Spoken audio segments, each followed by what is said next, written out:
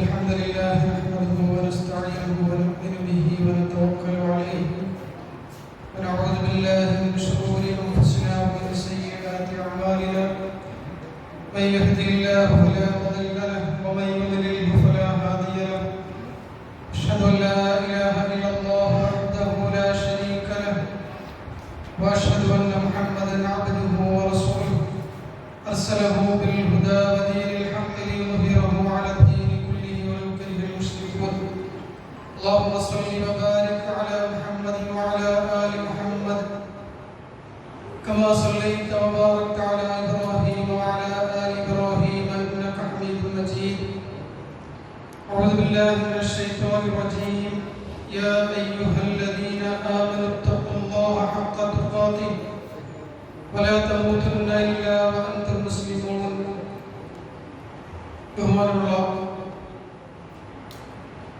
ബഹുമാന്യനായ യോഗത്തിന്റെ അധ്യക്ഷൻ, അതുപോലെ തന്നെ അൽഫലാഹ് ട്രസ്റ്റിന്റെ ഭാരവാഹികളെ, സഹപ്രവർത്തകരെ, ബഹുമാന്യരായ അംഗങ്ങളെ,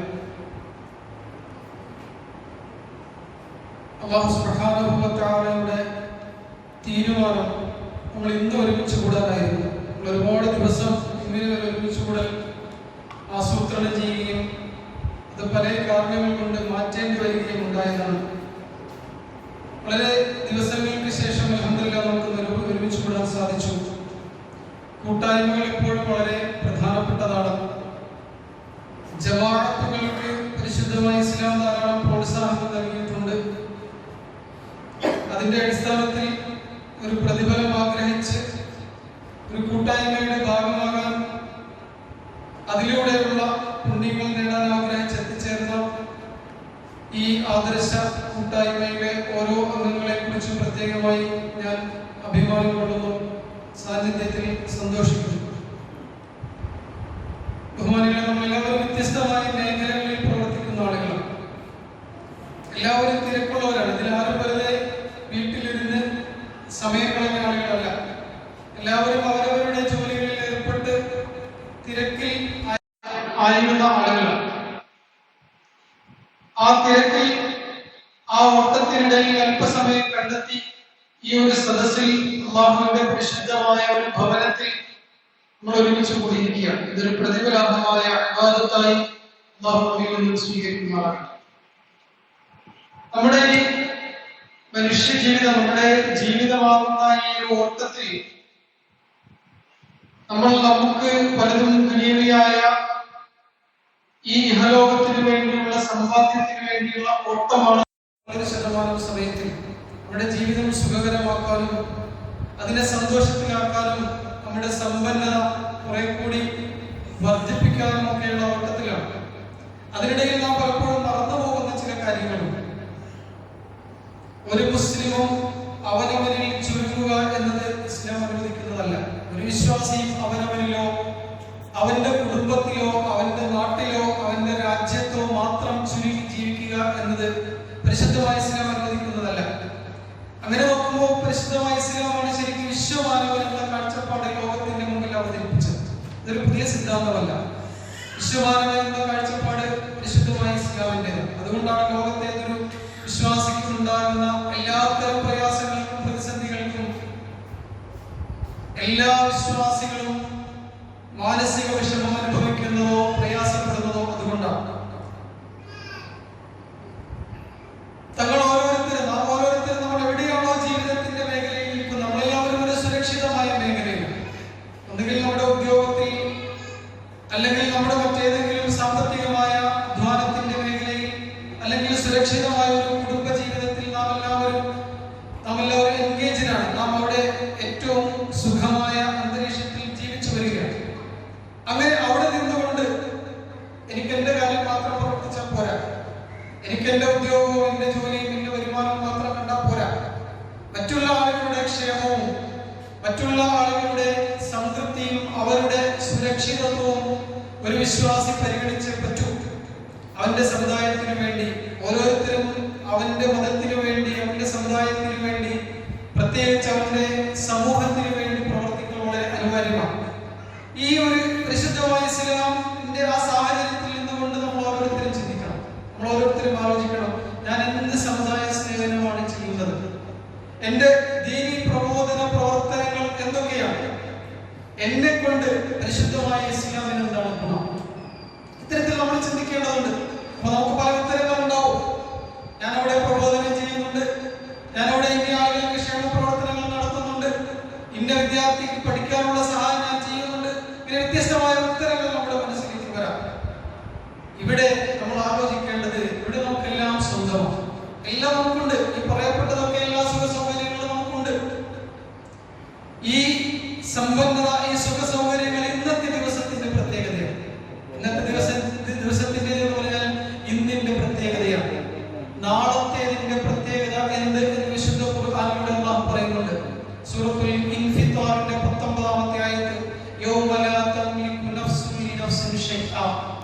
വൽ അംറു യൗമഇദിൻ ലില്ലാഹ്.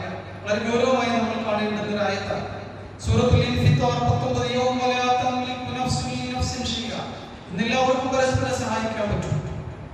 ഓരോ ആളുകൾക്ക് എന്തെങ്കിലും വീഴ്ചയുണ്ടായാൽ അവരെ താങ്ങി നിർത്താൻ സഹായിക്കാൻ ആളുകളുണ്ട്. സാമ്പത്തികമായോ അല്ലാതെയോ പരാധീനതകൾ വരുമ്പോ, പോരായ്മ വരുമ്പോ ചൂണ്ടിക്കാട്ടി തിരുത്താവുന്ന ആളുകളുണ്ട്. അങ്ങനെ പല മേഖലകളിലും പല ആളുകളും ഇന്നും കൂടെ ഉണ്ട്. പക്ഷെ അത് ഇന്നത്തെ ദിവസത്തിന്റെ പ്രത്യേകതയാണ്. അല്ലാഹു പറയുന്നു യൗമ ലാ തംലികു നഫ്സുൻ ലിനഫ്സിൻ ഷൈഅ. പക്ഷെ ഒരു ദിവസം നിങ്ങൾക്ക് വരാനുണ്ട്.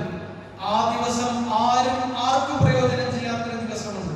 ആർക്കും ഒന്നും ചെയ്യാൻ സാധ്യമല്ല. അങ്ങനെ ഒരു ദിവസം നിങ്ങൾക്ക് വരാനുണ്ട് എന്ന് അല്ലാഹു നമ്മെ ഓർമ്മപ്പെടുത്തുകയാണ്. വൽ അംറു യൗമഇദിൻ ലില്ലാഹ്. ആ ദിവസത്തിന്റെ പ്രത്യേകത, അന്നത്തെ ദിവസത്തിന്റെ മുഴുവൻ കാര്യങ്ങളും അല്ലാഹു സുബ്ഹാനഹു വ തആല പരിപൂർണമായ അധികാരത്തിന്റെ കീഴിലായിരിക്കും നടക്കുക. അതുവരെ നമുക്കെല്ലാം ചെയ്യാൻ പറ്റും. നമ്മളെ സഹായിക്കാൻ ആളുണ്ട്, നമുക്ക് സപ്പോർട്ട് ചെയ്യാൻ ആളുണ്ട്, പിന്താങ്ങാൻ ആളുണ്ട്, നമ്മളെ സപ്പോർട്ട്, അങ്ങനെ എല്ലാത്തിനും ആളുണ്ട്. പക്ഷെ ഈ ഒരു ദിവസത്തിന്റെ പ്രത്യേകത അല്ലാഹു പറയുന്നു, അന്ന് ആർക്കും മറ്റൊരാൾക്കും ഒന്നും ചെയ്യാൻ പറ്റാത്തൊരു ദിവസം വരാനുണ്ട്. ആ ദിവസത്തിന്റെ പ്രത്യേകതയെ സംബന്ധിച്ച് അല്ലാഹു പറയുന്നു സൂറത്ത് ആൽ ഇംറാൻ 30 യൗമ തജിദു കുല്ലു നഫ്സിൻ മാ അമിലത് മിൻ ഖൈർ. യൗമ തജിദു പ്രവർത്തിച്ചത് അതെല്ലാം നിങ്ങൾക്ക് അവിടെ കാണാൻ പറ്റുന്ന ഒരു ദിവസമുണ്ട്. നന്മയായാലും ശരി, തിന്മയായാലും ശരി. അങ്ങനെ ഒരു ദിവസത്തെ കുറിച്ചാണ് അല്ലാഹു നമ്മളോട് സംസാരിക്കുന്നത്. ഇങ്ങനെ ഈ പ്രവർത്തനം എന്ന് പറയുന്നത്, അതായത് നമുക്ക് ഇന്ന് പരസ്പരം എന്തെങ്കിലും ചെയ്യാൻ പറ്റുമെങ്കിൽ, പരസ്പരം മറ്റൊരാൾക്ക് സഹായിക്കാനോ എന്തെങ്കിലും ചെയ്യാനോ പറ്റുമെങ്കിൽ, അത് ചെയ്യാൻ പറ്റാത്തൊരു ദിവസം നാളെ വരുന്നുണ്ടെങ്കിൽ യഥാർത്ഥത്തിൽ ബുദ്ധിമാനായ മനുഷ്യൻ എന്ത് ചെയ്യും? അത് സഹായിക്കാൻ പറ്റാത്ത, ഒരു സഹായം ലഭിക്കാത്ത ഒരു ദിവസത്തിന് വേണ്ടി അധ്വാനിക്കൽ, പരിശ്രമിക്കലാണ് ഒരു ബുദ്ധിമാനായ മനുഷ്യൻ ചെയ്യുക. അങ്ങനെ ഒരു പരിശ്രമമാണ് യഥാർത്ഥത്തിൽ നമ്മൾ നടത്തേണ്ടത്. അങ്ങനെ ഒരു പരിശ്രമം ഒറ്റയ്ക്ക് നടത്തേണ്ടതല്ല. നാളത്തേക്ക് വേണ്ടിയുള്ള പരിശ്രമം ഒറ്റയ്ക്ക് നടത്തേണ്ടതല്ല. അത് കൂട്ടായി നടത്തേണ്ടതാണ്, കൂട്ടമായി നടത്തേണ്ടതാണ്. അതുകൊണ്ടാണ് പരിശുദ്ധമായ ഇസ്ലാമിലെ എല്ലാ പ്രവർത്തനങ്ങളും ഒരു ജമാഅത്തിന്റെ അടിസ്ഥാനത്തിൽ, ഒരു കൂട്ടത്തിന്റെ അടിസ്ഥാനത്തിൽ മാത്രം നിർവഹിക്കപ്പെടേണ്ടത്. ദീനി പ്രവർത്തനമായാലും ശരി, പ്രബോധന പ്രവർത്തനമായാലും ശരി, അതിനൊരു കൂട്ടായ്മ, അതിനൊരു ഗ്രൂപ്പ്, അതിനൊരു വിഭാഗം ഉണ്ടാകേണ്ടതുണ്ട്. അത് ഇസ്ലാമികമാണ്. ഈ കൂട്ടായ്മയിൽ അൽ ഫലാഹ് എന്ന് പറയുന്ന ആദർശ പ്രബോധന കൂട്ടായ്മയിൽ ഇവിടെ ആർക്കും അംഗത്വം നൽകിയിട്ടുള്ളത് ഏതെങ്കിലും രാഷ്ട്രീയമായ ഒത്തുതീർപ്പിന്റെ അടിസ്ഥാനത്തിലല്ല. ഇന്ന രാഷ്ട്രീയ പാർട്ടിയിൽ നിന്ന് ഒരാളുണ്ടായിക്കോട്ടെ, ഇന്ന വിഭാഗത്തിൽ നിന്ന് ഒരാളുണ്ടായിക്കോട്ടെ, ഇന്ന മതവിഭാഗത്തിൽ നിന്ന് ഒരാളുണ്ടായിക്കോട്ടെ, ഇന്ന ഗ്രൂപ്പിൽ നിന്ന് ഒരാളുണ്ടായിക്കോട്ടെ, അങ്ങനെ ഒരു സമവാക്യത്തിന്റെ അടിസ്ഥാനത്തിലല്ല ഇതിൽ അംഗത്വം ആർക്കും നൽകിയിട്ടുള്ളത്. പ്രാതിനിധ്യ സ്വഭാവമല്ല. ഇവിടെ കൃത്യമായി മനസ്സിലാക്കേണ്ട നമുക്ക് എല്ലാവർക്കും ഒരു ആദർശമുണ്ട്. ആദർശത്തിന്റെ അടിസ്ഥാനത്തിൽ ഒരുമിച്ച് കൂടിയ ആളുകളാണ് നമ്മൾ. എന്താണ് ഇസ്ലാമിന്റെ ആദർശം? ഇസ്ലാമിന്റെ ആദർശത്തിന്റെ അടിത്തറ എന്ന് പറയുന്നത് ഏകദൈവ വിശ്വാസമാണ്, തൗഹീദാണ്. അത് ഉൾക്കൊണ്ട ആളുകളാണ്, അതിന്റെ വ്യത്യസ്തമായ അളവിൽ ഉൾക്കൊണ്ട ആളുകളാണ് നമ്മൾ എല്ലാവരും. അങ്ങനെ ഇല്ലാത്ത ആളുകൾ ആരും ഇവിടെയില്ല. തൗഹീദിൽ ഏതെങ്കിലും തരത്തിൽ കലർപ്പുള്ള ഏകദൈവ വിശ്വാസം എന്ന പരിശുദ്ധമായ ഇസ്ലാമിന്റെ അടിത്തറയിൽ ഏതെങ്കിലും തരത്തിൽ പ്രശ്നമുള്ള ആളുകൾ ആരും ഇവിടെയില്ല. മനസ്സിലാക്കിയെടുത്തുള്ള വീഴ്ചകളോ അല്ലെങ്കിൽ ഓരോ ആളുകളും ഉൾക്കൊണ്ടതിലുള്ള ഏറ്റക്കുറച്ചിലുകളോ അല്ലാതെ അഭിപ്രായ വ്യത്യാസമുള്ള ആളുകളല്ല ഇവിടെയുള്ളത്. വിശുദ്ധ ഖുർആനും തിരുസുന്നത്തും പരിപൂർണമായി അനുസരിക്കുന്ന ആളുകളാണ്. അതായത് പൂർവികരുടെ ആദർശം, സലഫു സ്വാലിഹീങ്ങളുടെ ആദർശം, സലഫു സ്വാലിഹീകൾ മുൻഗാമികളായ ആളുകളുടെ യഥാർത്ഥ ആദർശം, കറകളഞ്ഞ ആദർശം, അതിന്റെ പേരിൽ ഒരുമിച്ച് കൂടിയ ആളുകളാണ് നമ്മളെല്ലാവരും. ഇവിടെ വ്യത്യസ്തമായ ചിന്താഗതിക്കാറുണ്ട്. ഞാൻ നേരത്തെ സൂചിപ്പിച്ചതുപോലെ അത് പരിശുദ്ധമായ ഇസ്ലാമിന്റെ സ്വഭാവമാണ്. ഇതൊരു സൗന്ദര്യമാണ്. വ്യത്യസ്ത വൈജാത്യങ്ങൾ എന്ന് പറയുന്നത് ഇസ്ലാമിന്റെ ഒരു സൗന്ദര്യമാണ്. എന്തുകൊണ്ടാണ് തൗഹീദിന് പ്രാധാന്യവും തൗഹീദിന് സമൂഹത്തിനിടയിൽ വിലയും ഉണ്ടായത്? തൗഹീദല്ലാത്ത ഒരു പക്ഷം മറുപുറത്തുള്ളതുകൊണ്ടാണ്. തൗഹീദല്ലാത്ത ശിർക്കൻ വിശ്വാസങ്ങൾ അപ്പുറത്തുള്ളതുകൊണ്ടാണ് ഏകദൈവ വിശ്വാസത്തിന് പ്രാധാന്യവും അതിന് മഹത്വവും ഉണ്ടായത്. അതുപോലെ ഒരു വിഭാഗത്തിൽ തന്നെ വ്യത്യസ്ത ചിന്താഗതിക്കാരായ ആളുകളെ നമുക്ക് കാണാൻ സാധിക്കും. അപ്പോൾ വൈജാത്യങ്ങൾ സമൂഹത്തിൽ ഉണ്ടാവും. അത് അംഗീകരിച്ചുകൊണ്ട് തന്നെ ഉൾക്കൊള്ളാൻ പറ്റുന്ന മേഖലകൾ പരമാവധി ഉൾക്കൊള്ളുക എന്ന ഒരു കാഴ്ചപ്പാടാണ് അൽ ഫലാഹ് എന്ന് പറയുന്ന ഈ ട്രസ്റ്റ് ഇവിടെ സ്വീകരിച്ചിട്ടുള്ളത്. വിശുദ്ധമായ ഇസ്ലാമിന്റെ കാഴ്ചപ്പാട് അങ്ങനെ തന്നെ. ആരെ തള്ളാം എന്നതല്ല ഇസ്ലാമിന്റെ കാഴ്ചപ്പാട്, ആരൊക്കെ കൊള്ളാം എന്നതാണ്. അവിടെ ആദർശത്തിൽ വിട്ടുവീഴ്ചയോ ആദർശത്തിൽ ഒരു ഇലാസ്റ്റിസിറ്റിയോ എത്തിക്കൊണ്ടല്ല. ആദർശത്തിൽ കണിശത പാലിച്ചുകൊണ്ട് തന്നെ കൊള്ളാവുന്ന ആളുകളെ കൊള്ളാനും കൊള്ളാൻ പാടില്ലാത്ത ആളുകളെ കൂടെ നിർത്തി പരിശുദ്ധമായ ഇസ്ലാമിന്റെ ആദർശത്തിലേക്ക് കൊണ്ടുവരാനുമാണ്. അല്ലാതെ ഇന്ന ആളുകളൊക്കെ പ്രശ്നക്കാരാണ്, അവരെ തള്ളിക്കളയുന്ന വിഭാഗമാണ്, അവരെ ഞങ്ങൾക്ക് അഡ്ജസ്റ്റ് ചെയ്യാൻ പറ്റുന്നല്ല എന്നൊരു നിലപാട് പ്രവാചകനോ സഹാബത്തോ പൂർവികരായ ആരും തന്നെ സ്വീകരിച്ച് നമുക്ക് കാണാൻ സാധ്യമല്ല. അപ്പോ അവിടെ നിന്നുകൊണ്ട് ആണ് നമ്മൾ ഈ പ്രസ്ഥാനത്തെ കാണേണ്ടതും ഇതിനെ മനസ്സിലാക്കേണ്ടത്. കേവലം 5 or 6 ആളുകൾ കഴിഞ്ഞ 2 വർഷങ്ങൾക്ക് മുമ്പ് ഒരു സ്ഥലത്ത് ഒരുമിച്ച് കൂടിയിരുന്ന് ഈ നാട്ടിലെ പ്രബോധനത്തെ കുറിച്ച് പരിശുദ്ധമായ ഇസ്ലാമിന്റെ തനതായ ആദർശം പ്രബോധനം ചെയ്യണമല്ലോ എന്നതിനെ സംബന്ധിച്ച്, അതുപോലെ നാട്ടിലുള്ള അനാചാരങ്ങൾക്കും അന്ധവിശ്വാസങ്ങൾക്കും വിദ്യാഭ്യാസ മേഖലയിൽ ഉണ്ടാകുന്ന പുഴുക്കുത്തുകൾ ഇല്ലായ്മ ചെയ്യണമെന്ന് ആഗ്രഹിച്ചുകൊണ്ട് 5 ആളുകൾ ഒരുമിച്ച് കൂടി ഒരു സ്ഥലത്തിരുന്ന് ആലോചിച്ചതിന്റെ അടിസ്ഥാനത്തിൽ രൂപം ഒരു വലിയൊരു പ്രസ്ഥാനമാണ് അൽഹംദുലില്ലാഹ്. 60 സെന്റ് വസ്തു വാങ്ങി നമ്മൾ ഒരു ചെറിയ പ്ലാനിലൂടെ നിർമ്മാണം ആരംഭിച്ചു. നിർമ്മാണം തുടങ്ങി വന്നപ്പോൾ പ്ലാനെല്ലാം മാറ്റിവെച്ചിട്ട് അതിന്റെ ഇരട്ടി പ്ലാൻ രണ്ടാമത് മോഡിഫൈ ചെയ്ത് നിർമ്മാണം പൂർത്തിയാക്കിയ ഒരു സ്ഥാപനത്തിലാണ് നമ്മളുള്ളത്. 2020 ഒക്ടോബർ മാസത്തിലാണ് ഇതിന്റെ പണി ആരംഭിച്ചത്. മെയ് 2, 2021, അതായത് പരിശുദ്ധമായ റമദാൻ, കഴിഞ്ഞ പരിശുദ്ധമായ റമദാനിന്റെ 20ാമത്തെ ദിവസത്തിലാണ്, അതായത് 1 വർഷം പൂർത്തിയാകുന്നില്ല, ആ ദിവസത്തിലാണ് അൽഹംദുലില്ലാഹ് നമ്മൾ ഈ സ്ഥാപനത്തിലേക്ക് പ്രവേശിക്കുന്നത്. അന്ന് മുതലുള്ള വെള്ളിയാഴ്ച ജുമുഅകൾ നമ്മൾ ഇവിടെ നിർവഹിക്കുന്നുണ്ട്. നിങ്ങൾക്കിത് കാണുമ്പോൾ മനസ്സിലാവും ഇതൊരു പള്ളി മാത്രമല്ല, ഇതൊരു പള്ളിയാണ്, ഇതൊരു പള്ളി മാത്രമല്ല. ഇത് എന്തിനെല്ലാം പറ്റുമോ, ഇസ്ലാം എന്ന് പറയുന്ന ചട്ടക്കൂടിയിൽ നിന്നുകൊണ്ട്, ആ വൃത്തത്തിനുള്ളിൽ നിന്നുകൊണ്ട് ഈ സ്ഥാപനം എന്തിനെല്ലാം പറ്റുമോ അതിനെല്ലാത്തിനും ഉപയോഗിക്കുക എന്നൊരു സമീപനമാണ്. അതുകൊണ്ടാണ് ഈ ഒരു സാധാരണ കാണുന്ന ഒരു പള്ളിയുടെ ഒരു പരമ്പരാഗതമായ രീതിയിലല്ല ഇത് സംവിധാനം ചെയ്തിട്ട് കാണുമ്പോൾ നമുക്കറിയാം. നമ്മൾ പ്രതീക്ഷിച്ചതിനേക്കാളേറെ മുന്നോട്ട് പോയിട്ടുണ്ട്. 1 വർഷം പൂർത്തിയാകുന്നതിന് മുമ്പ് ഞങ്ങൾ പ്രതീക്ഷിച്ചിരുന്നത് ഒരു 4 or 5 കൊല്ലം കഴിയുമ്പോൾ ഒരു 10 or 25 വിദ്യാർത്ഥികൾ നമ്മുടെ സ്ഥാപനത്തിൽ പഠിക്കാനുണ്ടാകും എന്നൊരു പ്രതീക്ഷയാണ്. നമ്മുടെ നാട്ടിന്റെ പൾസ് മനസ്സിലാക്കിക്കൊണ്ട് നമ്മൾ കണ്ടിരുന്നത് അങ്ങനെയാണ്. പക്ഷെ അൽഹംദുലില്ലാഹ് ഇന്ന് 56-ലധികം വിദ്യാർത്ഥികൾ നമ്മുടെ സ്ഥാപനത്തിൽ പഠിക്കുന്നുണ്ട്. അതിൽ 19 കുട്ടികൾ പരിശുദ്ധമായ ഖുർആൻ മനഃപ്പാഠമാക്കുന്നവരാണ്. സ്ത്രീകളും പുരുഷന്മാരുമായി, പെൺകുട്ടികളും ആൺകുട്ടികളുമായി 19 വിദ്യാർത്ഥികൾ ഹിഫ്ള് പഠിക്കുന്നുണ്ട്. 2 ഹാഫിദിന്റെ, ഒരാൾ നമ്മുടെ കൂടെ തന്നെയുണ്ട്, ഹാഫിദ്, അതുപോലെ തന്നെ നമ്മുടെ ഇമാം ബീഹാറുകാരൻ ഇമാം, അങ്ങനെ 2 ഹാഫിദുകൾ, 3 അധ്യാപകർ, 2 അധ്യാപിക, 1 അധ്യാപകൻ, 5 സ്റ്റാഫിന്റെ സേവനത്തിലൂടെ അൽഹംദുലില്ലാഹ് നമ്മുടെ ക്ലാസുകൾ, മദ്രസ ഹിഫ്ള് ക്ലാസുകൾ നടന്നു വരുന്നു.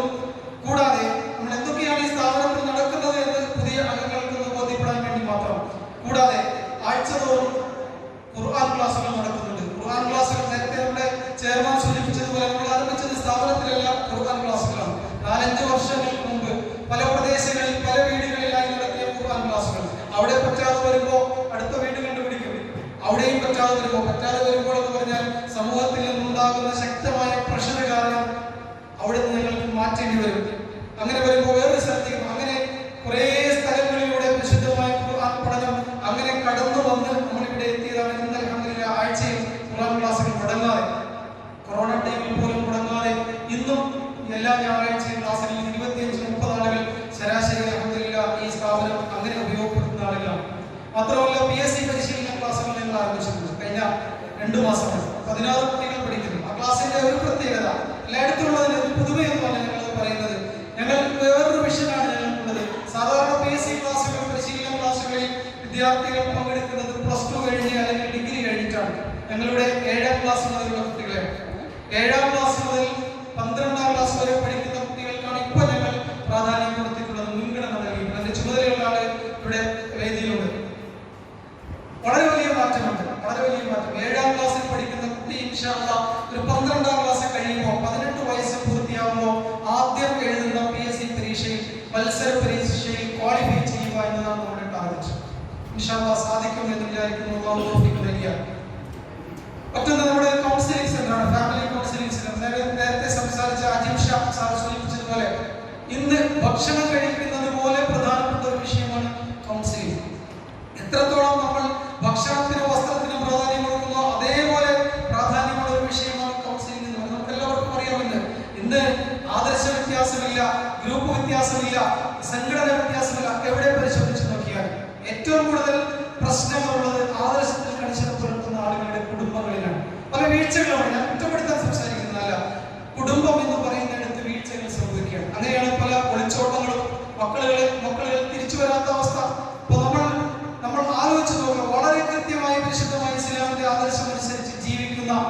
വളർന്നു വരുന്ന കുടുംബത്തിൽ നിന്ന് ഒരു കുട്ടിയും ഇറങ്ങിപ്പോയിട്ടില്ല.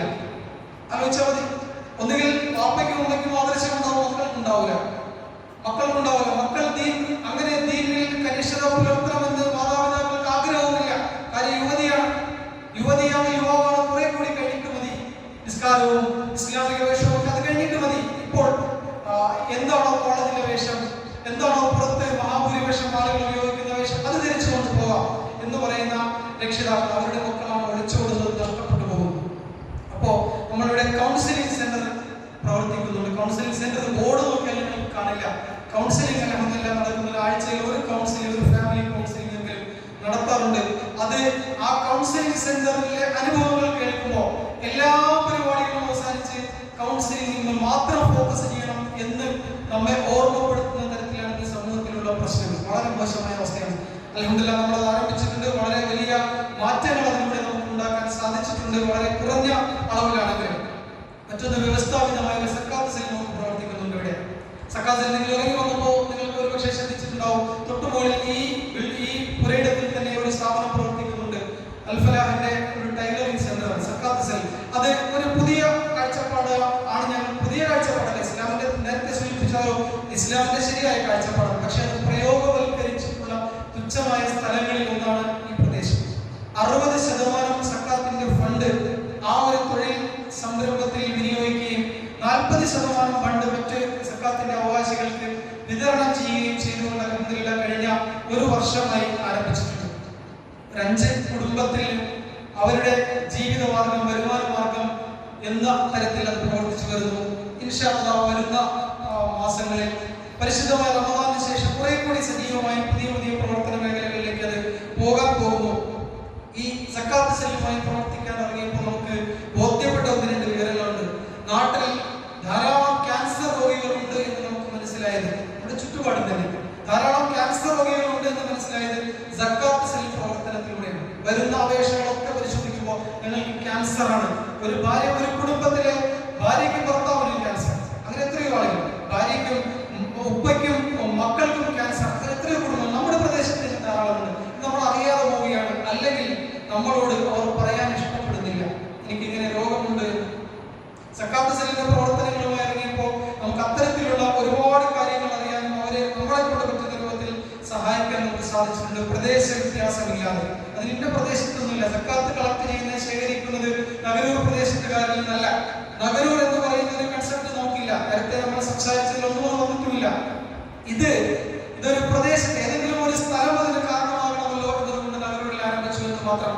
അങ്ങനെ ഒരു വ്യത്യാസവും ഇല്ലാതെ, ഒരു പ്രദേശ വ്യത്യാസവും ഇല്ലാതെ കിട്ടുന്ന അപേക്ഷകളിൽ യോഗ്യരാണെങ്കിൽ, അല്ലെങ്കിൽ അപേക്ഷകളില്ലെങ്കിൽ അവർ സക്കാത്ത് അർഹിക്കുന്ന ആളുകൾ അവരെ കണ്ടെത്തി വിതരണം ചെയ്യുന്ന രീതി അൽഹംദുലില്ലാഹ് നടന്നു വരുന്നുണ്ട്. കഴിഞ്ഞ 3 വർഷമായി നടത്തുന്ന ഒരു പ്രവർത്തനം നമ്മുടെ വെബ്സൈറ്റിനകത്ത് കൃത്യമായി, വെബ്സൈറ്റ് പ്രകാശനം ചെയ്യാൻ കാണിക്കുന്നില്ല, വെബ്സൈറ്റിനകത്ത് കൃത്യമായി പറയുന്നുണ്ട്. ഫീഡ് ദ നീഡി എന്ന് പറയുന്ന ഒരു പദ്ധതി നമുക്കുണ്ട്.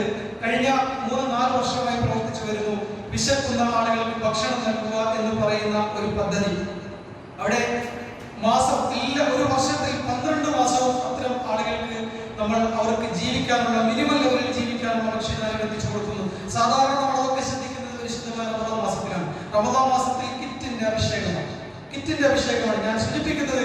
അതൊന്ന് മാറ്റി ആ റമദാനിന്റെ പുണ്യം കിട്ടാനാണെങ്കിൽ പല ആളുകളും ആ കിറ്റ് ഉപയോഗിക്കാറില്ല. കാരണം കിട്ടുന്ന കിറ്റിന്റെ ബാഹുല്യമാണ്. ഇവിടെ തന്നെ നമുക്ക് 1-ലധികം കിറ്റുകൾ കൊടുക്കേണ്ടി വരുന്നു പല ആളുകൾക്കും. കാര്യം പ്രദേശത്തുള്ള പല ആളുകളും കിറ്റ് കൊടുക്കുന്നുണ്ട്, റമദാൻ കിറ്റ്. അതിന്റെ പ്രതിഫലം കൊടുക്കുന്ന ആളുകൾ കിട്ടും, പക്ഷെ ഉപയോഗിച്ചാലേ ഇത് കിട്ടൂ. അങ്ങനെ ഉപയോഗിക്കാതെ മാറ്റിവെക്കുന്ന ധാരാളം ആളുകളുണ്ട്. എന്തുകൊണ്ടെന്നാൽ ഈ കിറ്റ് ധാരാളം ലഭിക്കുന്നുണ്ടാണ്. പക്ഷേ പരിശുദ്ധമായ റമദാൻ കഴിഞ്ഞാലോ പല ആളുകളും ദാരിദ്ര്യമായ അവസ്ഥയിലാണ്. അപ്പോ ഞാൻ സൂചിപ്പിച്ചു വരുന്നത്, അങ്ങനെ 12 മാസവും ജീവിക്കാനുള്ള, ഒരു മിതമായി ജീവിക്കാനുള്ള സാമ്പത്തികമായ സഹായം ചെയ്യുന്ന പദ്ധതി നമ്മൾ കഴിഞ്ഞ 3-4 വർഷമായി അൽഹംദുലില്ലാഹ് നടന്നു വരുന്ന സ്ഥാപനം വരുന്നതിന് മുമ്പ് തന്നെ. ഇനി ഞാൻ അവസാനിപ്പിക്കുന്നത് വളരെ പെട്ടെന്ന് അവസാനിപ്പിക്കാം. എന്റെ സമയം 20 മിനിറ്റാണ്, പെട്ടെന്ന് അവസാനിപ്പിക്കാം. നമ്മൾ പുതുതായി ആരംഭിച്ചിട്ടുള്ള ചില പദ്ധതികളുണ്ട്. നമ്മളിവിടെ നടന്നു വരുന്ന മദ്രസയെ കുറിച്ച് പറഞ്ഞു, ഹിഫ്ദ് സ്ഥാപനം, അതുപോലെ തന്നെ PSC പരിശീലനം, കൗൺസിലിംഗ് സെന്റർ. അതിനോടൊപ്പം തന്നെ നമ്മളിപ്പോൾ ആരംഭിച്ചിട്ടുള്ള ഒരു സംഗതി പ്രസംഗ പരിശീലനം എന്ന് പറയുന്ന ഒരു പദ്ധതി ആരംഭിച്ച് 15 കുട്ടികളെ അതിനുവേണ്ടി തിരഞ്ഞെടുത്തിട്ടുണ്ട്. അതിന്റെ പരിശീലനം ആരംഭിച്ചു. ചെറിയ കുട്ടികൾ പഴയതുപോലുള്ള കുട്ടികളല്ല. നമുക്കറിയാം, സ്കൂളിൽ പഠിക്കുന്ന 8ാം ക്ലാസ്, 9ാം ക്ലാസ്, 10ാം ക്ലാസ്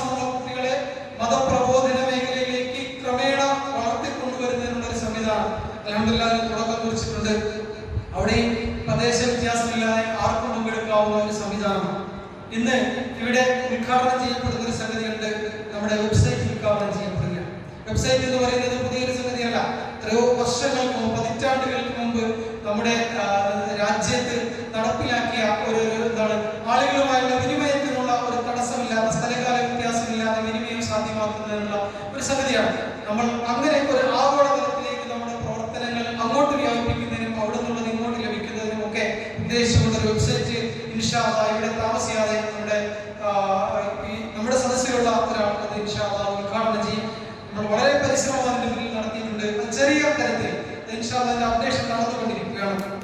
അപ്പോ ഞാൻ അവസാനിപ്പിക്കുകയാണ്. ഇവർക്ക് നമ്മുടെ കഴിഞ്ഞ 11 മാസങ്ങൾ അല്ലെങ്കിൽ കഴിഞ്ഞ 2-3 വർഷങ്ങൾ കൊണ്ട് ചെയ്ത പ്രവർത്തനങ്ങളാണെങ്കിൽ ഒരുപാട് പ്രവർത്തനങ്ങൾ നമ്മുടെ മിഷൻ ചെയ്ത് ഞാൻ വിശദീകരിക്കേണ്ടതില്ല. നിങ്ങൾക്ക് കിട്ടിയ ഫയലിനകത്ത് ഉള്ളടക്കം ചെയ്ത ആ ബ്രോഷറുകളിലോ നോട്ടീസുകളിലോ അതിനെ സംബന്ധിച്ച് വിശദമായി പരാമർശമുണ്ട്. നമ്മുടെ സൈറ്റിനകത്ത് അതിനെ സംബന്ധിച്ച് നമ്മുടെ മിഷൻ എന്താണെന്ന് അതിനെ കുറിച്ച് പരാമർശിച്ചിട്ടുണ്ട്.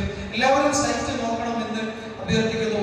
എന്തായാലും ഞാൻ വിശദമായി പരാമർശമില്ല. ഒരു ആംഗലേയ കവി റോബർട്ട് ലീ ഫ്രോസ്റ്റ് അദ്ദേഹത്തിന്റെ കവിതയുടെ അവസാനത്തിൽ പറയുന്ന വാക്ക്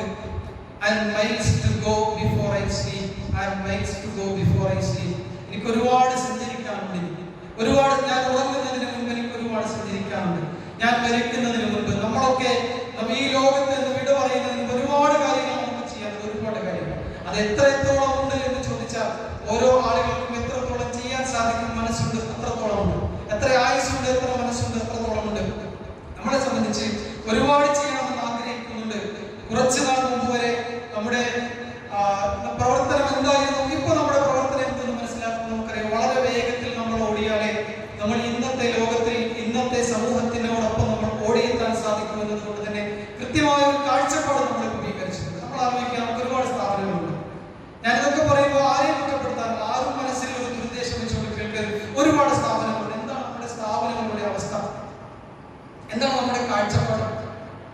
എത്ര സ്ഥാപനങ്ങൾക്ക് കൃത്യമായ പാഠ്യപദ്ധതി കരിക്കുലം ഉണ്ട് നമ്മുടെ സ്ഥാപനങ്ങളിൽ? നിങ്ങളൊരു സ്ഥാപനത്തിൽ ഒരു സ്വയം പരിശോധനയ്ക്ക്, ഒരു സ്വയം പഠനത്തിന് വേണ്ടി നിങ്ങളൊരു സ്ഥാപനത്തിൽ ചെന്നിട്ട്, ഒരു ദീനി സ്ഥാപനത്തിൽ ചെന്നിട്ട് എന്താണ് നിങ്ങളുടെ പാഠ്യപദ്ധതി ഒന്ന് കാണണമെന്ന്, ഒന്ന് തരൂ, ഒന്ന് മനസ്സിലാക്കട്ടെ എന്ന് ചോദിച്ചാൽ പാഠ്യപദ്ധതിയുള്ള എത്ര സ്ഥാപനങ്ങളുണ്ട്? നിങ്ങളുടെ കാഴ്ചപ്പാട് എന്താണെന്ന് ചോദിച്ചാൽ കേവലം വാക്കുകളിലൂടെ അത് പറയാൻ കഴിവുള്ള ആളുകൾ ഉണ്ടെങ്കിൽ പറഞ്ഞു തരും. ഇല്ലെങ്കിൽ അതിനെക്കുറിച്ച് പറയാൻ വളരെ പ്രയാസവുമായിരിക്കും. കാഴ്ചപ്പാടുകൾ എന്താണ് നമ്മുടെ സ്ഥാപനങ്ങളുടെ? ഹിഫ്ദ് പഠിപ്പിക്കുന്ന ഒരുപാട് സ്ഥാപനങ്ങളുണ്ട്. എന്തിനാണ് നിങ്ങൾ കുട്ടികളെ വിശുദ്ധ ഖുർആൻ മനഃപ്പാഠമാക്കുന്നത്? എന്തിനാണ് നിങ്ങൾ പഠിപ്പിക്കുന്നത് എന്ന് ചോദിച്ചാൽ കുട്ടികൾ വരുന്നത് നമ്മൾ പഠിപ്പിക്കുന്നു, നമ്മൾ പരസ്യം ചെയ്യുന്നു, ധാരാളം കുട്ടികൾ വരുന്നത് നമ്മൾ പഠിപ്പിക്കുന്നു. എന്തിനാണ് ഹിഫ്ദ് സ്ഥാപനം? എന്തിനാണ് നമ്മൾ ഖുർആൻ കുട്ടികളെ മനഃപ്പാഠമാക്കേണ്ടത്? പ്രതിഫലമുള്ള കാര്യം തന്നെയാണ്. പക്ഷേ അത് എങ്ങനെ നിലനിർത്തുന്നു, അതിന്റെ പുനരുപയോഗം എന്നതിനെ സംബന്ധിച്ച് കൃത്യമായ കാഴ്ചപ്പാട് നമുക്കുണ്ടോ? ഏറ്റവും നല്ല മനുഷ്യ വിഭവശേഷി എന്ന് ഞാൻ ചിലപ്പോഴൊക്കെ പറയുന്നത് സ്ത്രീകളെ സംബന്ധിച്ചാണ്, സഹോദരിമാരെ സംബന്ധിച്ചാണ്.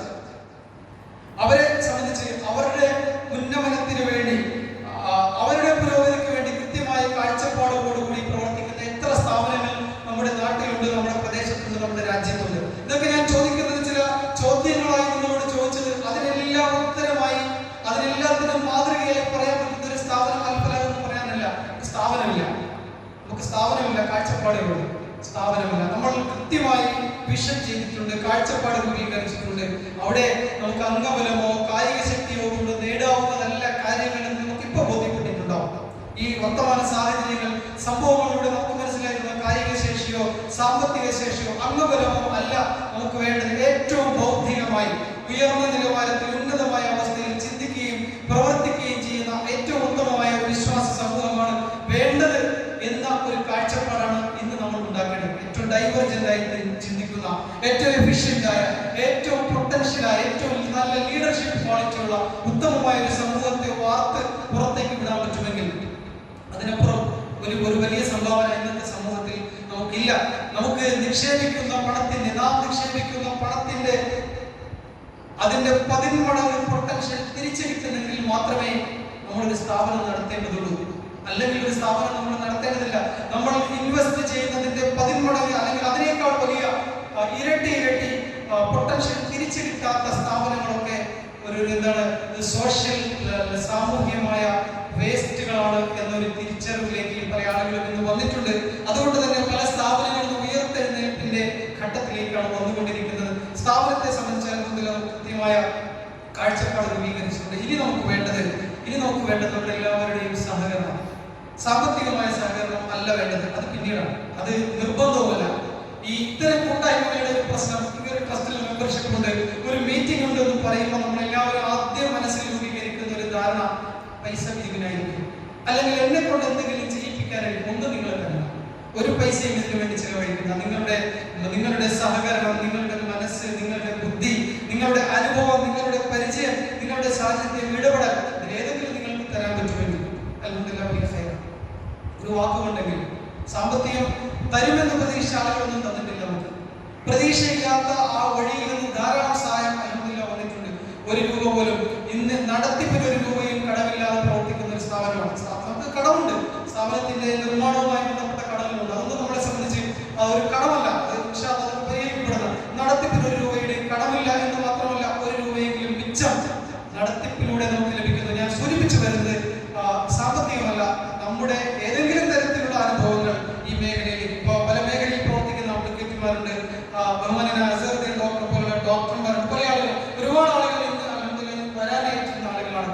പല അസൗകര്യം, നേരത്തെ സൂചിപ്പിച്ചത് സ്വാഭാവികമായ അസൗകര്യം കൊണ്ട് വരാത്ത ആളുകളാണ്. തിരുവനന്തപുരത്ത് നിന്നൊക്കെ വരേണ്ട ആളുകളുണ്ടായിരുന്നു. ചില ആളുകൾ നമ്മുടെ യൂട്യൂബ് ചാനലിലൂടെ കാണാമെന്നൊക്കെ അറിയിച്ചിരുന്നു, ഫേസ്ബുക്കിലൂടെ ലൈവിലൂടെ കാണാമെന്നൊക്കെ പറഞ്ഞിരുന്നു. ലൈവ് ലിങ്ക് ഒക്കെ ഇട്ടിട്ടുണ്ട്. പക്ഷെ നമുക്കതല്ല വേണ്ടത്. നമുക്ക് ഇത്തരത്തിലുള്ള സദസ്സുകളിൽ പരമാവധി നിങ്ങളുടെ സാന്നിധ്യം, അത് ഒരു വർഷത്തിൽ 1-2 പ്രാവശ്യമൊക്കെ ആയിരിക്കും കൂടുക.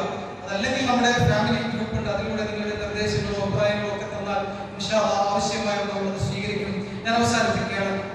എല്ലാവരുടെയും സഹകരണം ഉണ്ടെങ്കിൽ ഇൻഷാ അല്ലാഹ് ഇത് നമ്മുടെ പ്രദേശത്തെ, നമ്മുടെ നാട്ടിന്റെ, നമ്മുടെ രാജ്യത്തിന്റെ ഒരു മാറ്റത്തിന്, പരിശുദ്ധമായ ദീനിന്റെ പുരോഗതിക്ക്, തൗഹീദ് എന്ന ആദർശത്തിന്റെ പ്രബോധനത്തിന് ഏറ്റവും നല്ല വിദ്യാഭ്യാസമുള്ള, ഭൗതിക ആത്മീയ വിദ്യാഭ്യാസമുള്ള, ഏറ്റവും നല്ല പൊട്ടൻഷ്യൽ ഒരു തലമുറയെ വാർത്തെടുക്കാൻ കാരണമാകുന്ന ഒരു സ്ഥാപനമാകാൻ നിങ്ങളെല്ലാവരും ആത്മാർത്ഥമായി പ്രാർത്ഥിക്കണം. നിങ്ങൾക്ക് ഏത് തരത്തിൽ അതിന്റെ കോൺട്രിബ്യൂഷൻ നിങ്ങൾക്ക് ചെയ്യാൻ പറ്റുമോ അതെല്ലാം നിങ്ങൾ ചെയ്യണം.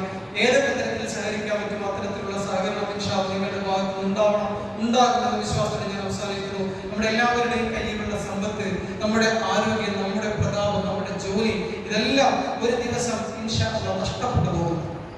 ഒരു ദിവസം തീരും, ഇന്നല്ലെങ്കിൽ നാളെ.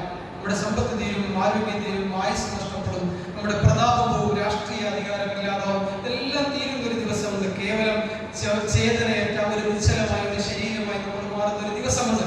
ആ ദിവസത്തെ സംബന്ധിച്ച് അല്ലാഹു നമ്മളോട് ഓർമ്മപ്പെടുത്തുന്ന ഒരു ശുദ്ധ ഖുർആന്റെ ആയത്ത് മാത്രം ഓതിക്കൊണ്ട് അവസാനിപ്പിക്കുന്നു. വൽ മാലു വൽ ബനൂന സീനത്തുൽ ഹയാത്തിദ് ദുനിയ. നിങ്ങളുടെ സമ്പത്തും നിങ്ങളുടെ സന്താനങ്ങളും, ഇത് രണ്ടും അല്ലാഹു ആലങ്കാരികമായ പ്രയോഗമാണ്. സമ്പത്തും സന്താനങ്ങളും എന്ന് പറഞ്ഞാൽ ദുനിയാവിലുള്ള മുഴുവൻ അനുഗ്രഹങ്ങളും, എല്ലാ അനുഗ്രഹങ്ങളും സീനത്തുൽ ഹയാത്തിദ് ദുനിയ, ദുനിയാവിന്റെ അലങ്കാര വസ്തുക്കളാണ്. ദുനിയാവിന്റെ അലങ്കാര വസ്തുക്കളാണ്. വൽ ബാഖിയാത്തുസ് സ്വാലിഹാത്തു ഖൈറുൻ ഇൻദ റബ്ബിക. പക്ഷേ ഇതൊക്കെ അവസാനിക്കുമെങ്കിൽ അവശേഷിക്കുന്ന ഒന്നുണ്ട്, നഷ്ടപ്പെടാതെ അന്നും അവിടെ നിലനിൽക്കുന്ന ഒന്നുണ്ട്. നിങ്ങൾ പ്രവർത്തിക്കുന്ന സൽക്കർമ്മങ്ങൾ അത് അല്ലാഹുവിന്റെ അടുക്കൽ ഉണ്ടാവും, അതെന്നും അവശേഷിക്കും. ഏറ്റവും നല്ല പ്രതിഫലമായി നിങ്ങൾക്ക് പ്രതീക്ഷിക്കാവുന്ന ഏറ്റവും നല്ല പ്രതീക്ഷയായി നാളെ അല്ലാഹുവിന്റെ സമക്ഷത്തിൽ നിങ്ങൾക്ക് കാണാൻ സാധിക്കും. നിങ്ങൾ എന്തൊക്കെ ചെയ്തിട്ടുണ്ടോ അതെല്ലാം നിങ്ങൾക്ക് അവിടെ കാണാൻ സാധിക്കുന്ന ഒരു ദിവസം, ഞാൻ എന്തൊക്കെ പ്രവർത്തിച്ചു എനിക്ക് കാണാൻ സാധിക്കുന്ന ഒരു ദിവസമുണ്ട്. ആ ദിവസത്തിൽ എന്തൊക്കെയാണോ സൽക്കർമ്മം ബാക്കിയുള്ളത് അതിന് മാത്രമേ അല്ലാഹുവിന്റെ ഭാഗത്തുനിന്ന് പ്രതിഫലം ഉണ്ടാവൂ. അല്ലാതെ ഈ കാണുന്നതൊക്കെ ദുനിയാവിന്റെ അലങ്കാരമാണെന്ന് മനസ്സിലാക്കി അതിന് അത്തരത്തിലുള്ള പരിഗണനകൾ മാത്രം നൽകിക്കൊണ്ട്, ദുനിയാവിന്റെ അലങ്കാരം എന്ന പരിഗണന മാത്രം നൽകിക്കൊണ്ട് കിട്ടുന്ന സമയങ്ങൾ ഏത് പ്രദേശത്തായാലും, എവിടെയായാലും, ഏത് സംഘടനയായാലും, ഏത് വിഭാഗമായാലും, ഏത് സ്ഥാപനമായാലും അവിടെയൊക്കെ ചെയ്യാവുന്ന പരിശുദ്ധമായ ദീനിന്റെ സേവന പ്രവർത്തനങ്ങൾ ചെയ്യണം. അതിലൂടെ പ്രതിഫലം കരസ്ഥമാക്കണം. ഈ വിഷൻ വളരെ ക്ലിയർ ആയി നമ്മുടെ വെബ്സൈറ്റിലൂടെ പരാമർശിച്ച് വായിച്ച് മനസ്സിലാക്കിക്കൊണ്ട് ഇൻഷാ അല്ലാഹ് വരുന്ന മീറ്റിങ്ങുകളിൽ നിങ്ങളെ കൊണ്ട് പറ്റാവുന്ന തരത്തിൽ സഹകരിക്കണമെന്ന് കൂടി അഭ്യർത്ഥിച്ചുകൊണ്ട്, എന്തെങ്കിലും തരത്തിൽ വിശദീകരണം ആവശ്യമുണ്ടെങ്കിൽ സമയം ലഭിക്കുന്നവർക്ക് ഇൻഷാ അല്ലാഹ് ചർച്ച ചെയ്യാമെന്ന് മാത്രം അറിയിച്ചുകൊണ്ട് ഇൻഷാ അല്ലാഹ് അവസാനിപ്പിക്കുന്നു. അല്ലാഹു സുബ്ഹാനഹു വ തആല കേട്ടതിൽ